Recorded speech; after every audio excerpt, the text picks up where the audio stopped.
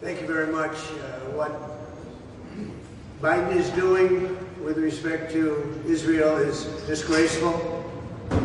If any Jewish person voted for Joe Biden, they should be ashamed of themselves. He's totally abandoned Israel, and nobody can believe it. I guess he feels good about it because he did it as a political decision. You have to do the right decision, not the political decision. But he did a very bad thing. I just want to let you know that we've just filed a major motion in the appellate division concerning the absolutely unconstitutional gag order, where I'm essentially not allowed to talk to you about anything meaningful that's going on in the case, and many good things are going on with the case. It shouldn't have been filed. They had this morning the top legal scholars in the country. This is a Frankenstein case. They took a dead misdemeanor, they attached it to a dead alleged federal felony and zapped it back into life. So many of us are just amazed to watch this actually walk into court, because it's not a recognizable crime that any of us have seen. That's Jonathan Turley. I've been doing this for 60 years and I don't understand what crime he's been charged with. Nobody understands this. I just don't get the crime. There's no evidence of any crime whatsoever. This is a sham. That's Alan Dershowitz.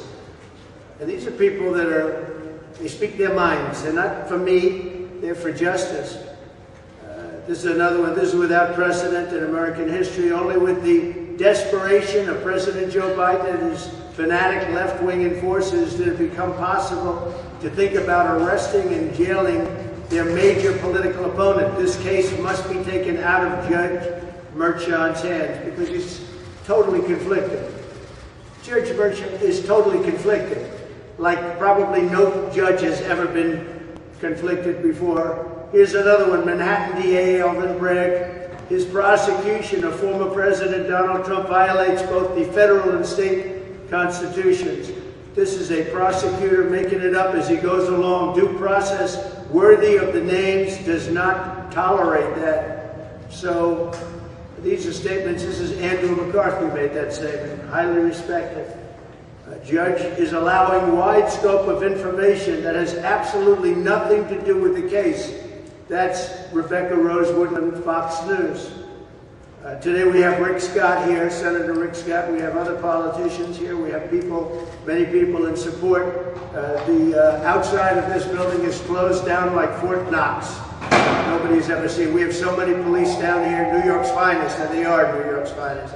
They're just told what to do, but they don't have them at Columbia. They don't have them at NYU or any other places. This is like an armed camp down here, and you have nothing to worry about.